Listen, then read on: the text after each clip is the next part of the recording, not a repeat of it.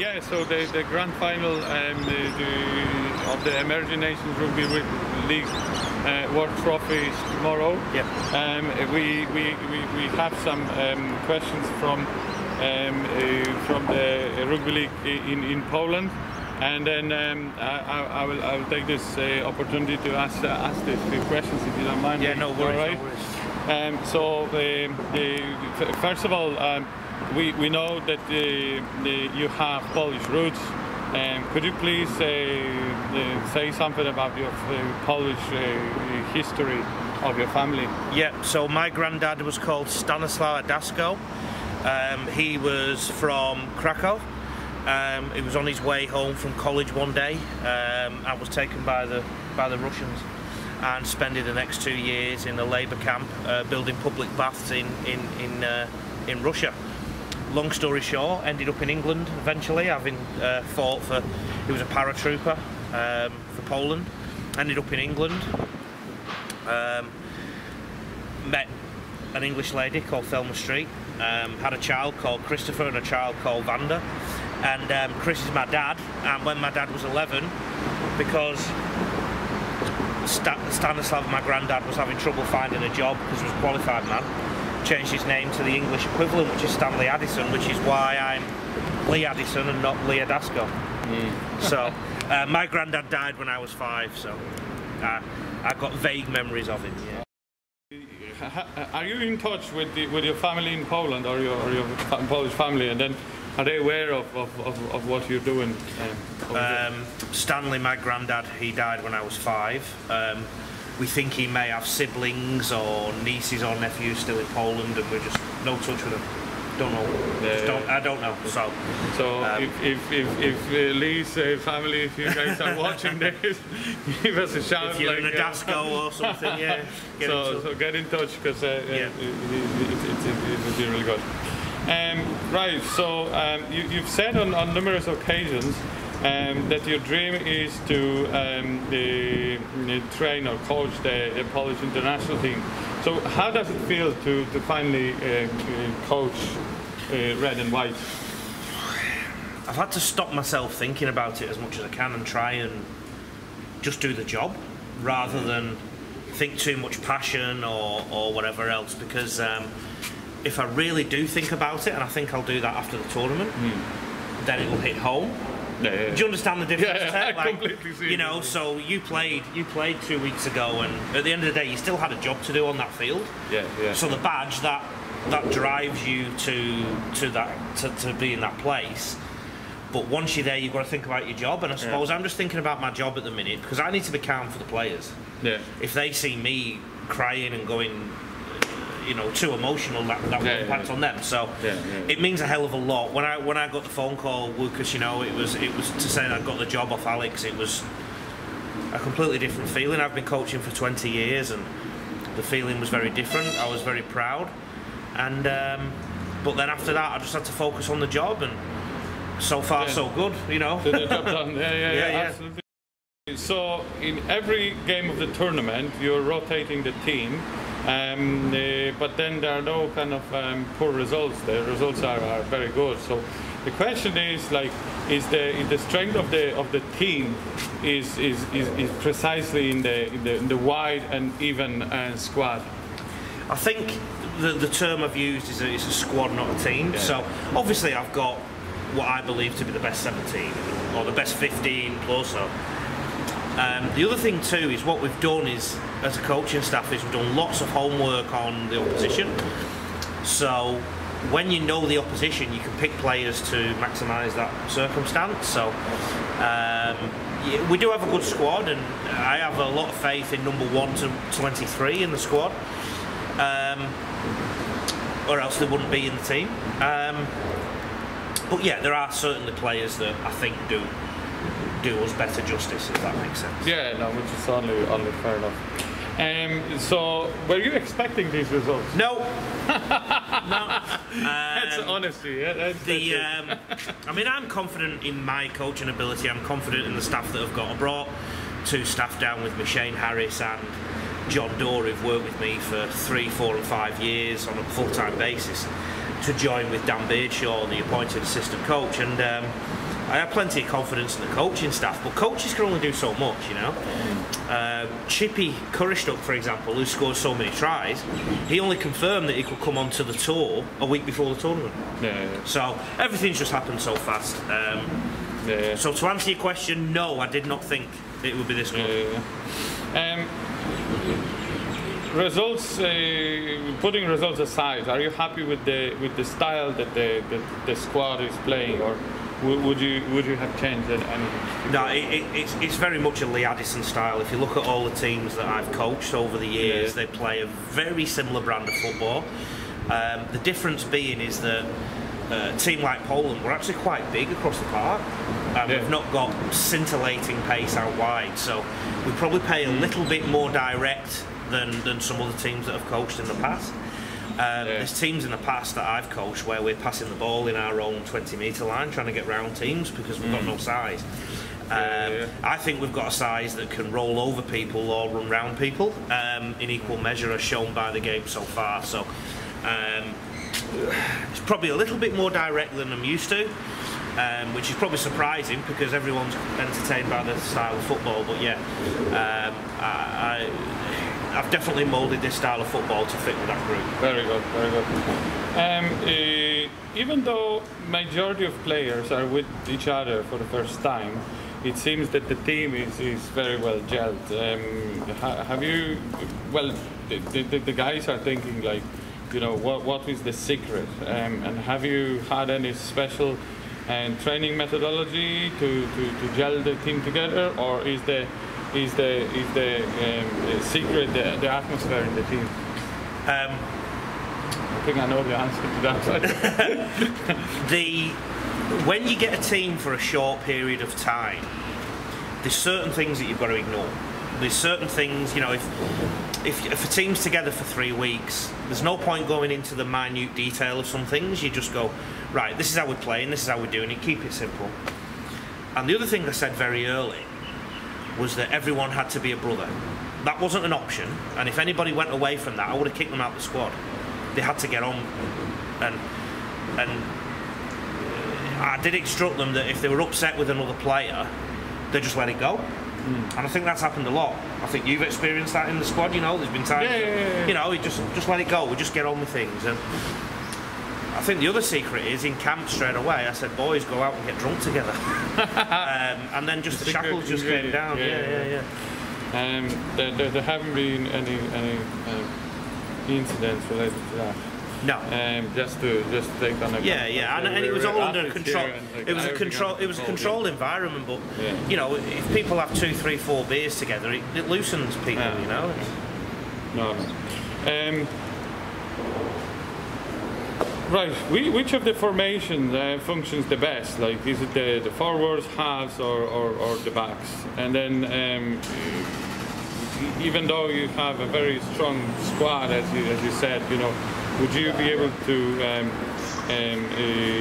select 1 or 2 players that you believe are the best in the team? Or?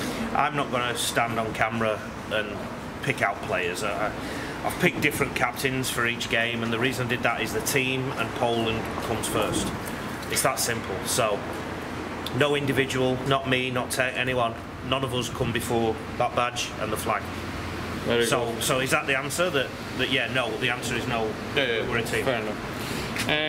Right, because of the very complicated rules of the tournament, and Poland, even though they won every single game, does not have the opportunity to play for the cup. We're playing the trophy. So, what would be your rating of our chances? What would be your prediction if we were to play Niue or Malta? We'd go well. We'd go well, and I think one of the things I do is I listen to the wisdom of the crowd, and some of the commentary team, I've asked them what they think and who are the top teams, and a lot of them have predicted Poland would win the whole thing. I said, guess what, boys, we can't win the whole thing, you know, so I think we'll be very competitive, very competitive. Very good. You are very open about the fact that you would want to see players from Poland or born in Poland, because we are all Polish here, you know, playing in the competitions in Australia. Do you think, however, like would the home base players, like, would they be able to play at this level? What could they, you know, how could they improve by coming to play in Australia? I think the English rugby league, subtly over the last 5-10 years, there's been more and more players come from England to play in the NRL, and I think it's benefiting the England Test side because they're playing that tough week in, week out football.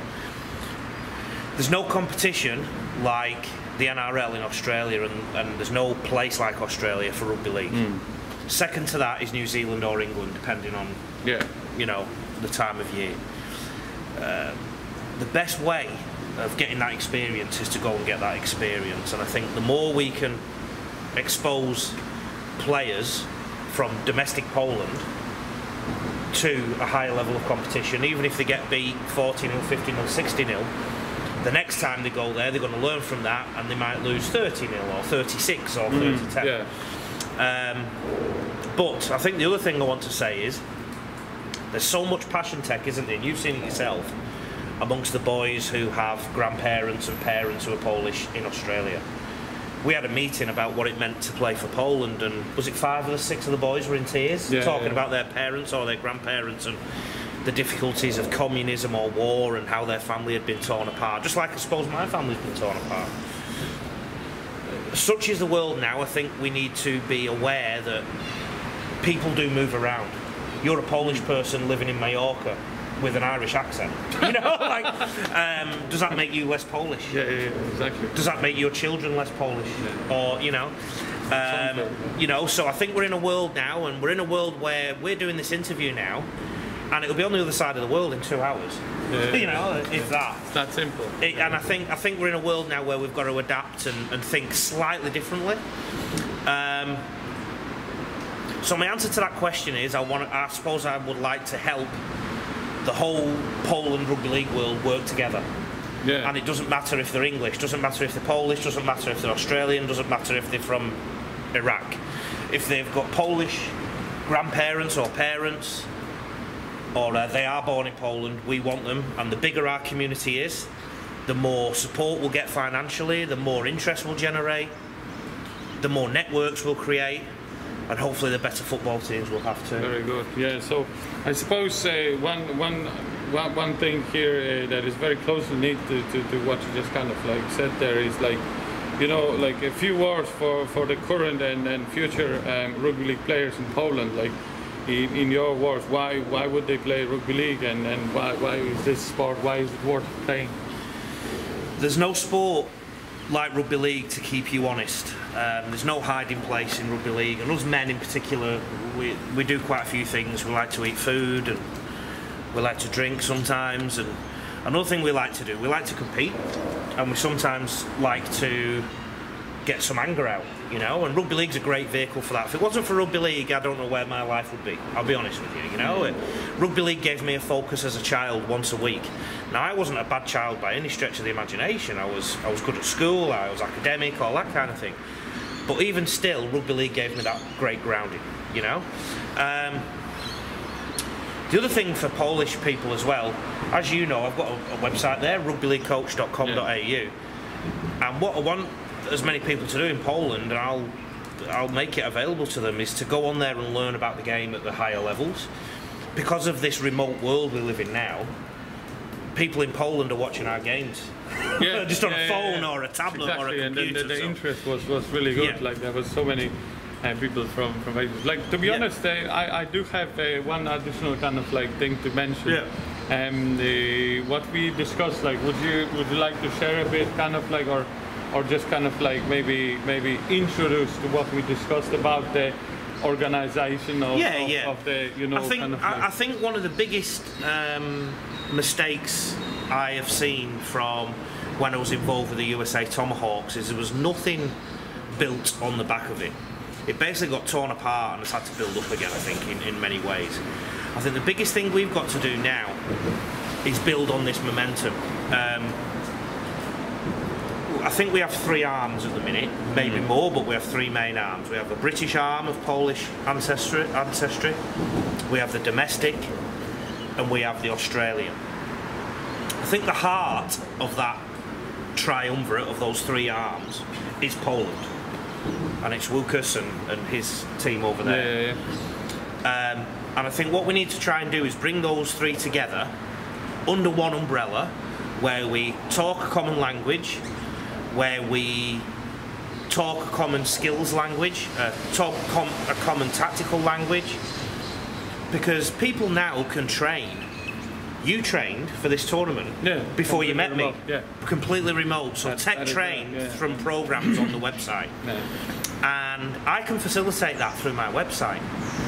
And we can't help the fact that Australia is the strongest rugby league country. If these grandparents ended up somewhere else apart from Australia, if they ended up in England, for example, the chances are most of these boys would be playing soccer rather than rugby league. So we've got to embrace these boys over here. You will hear some, that's a ducky or something in the background, you will hear rubbish from people saying, oh, they're not Polish, they're not Polish.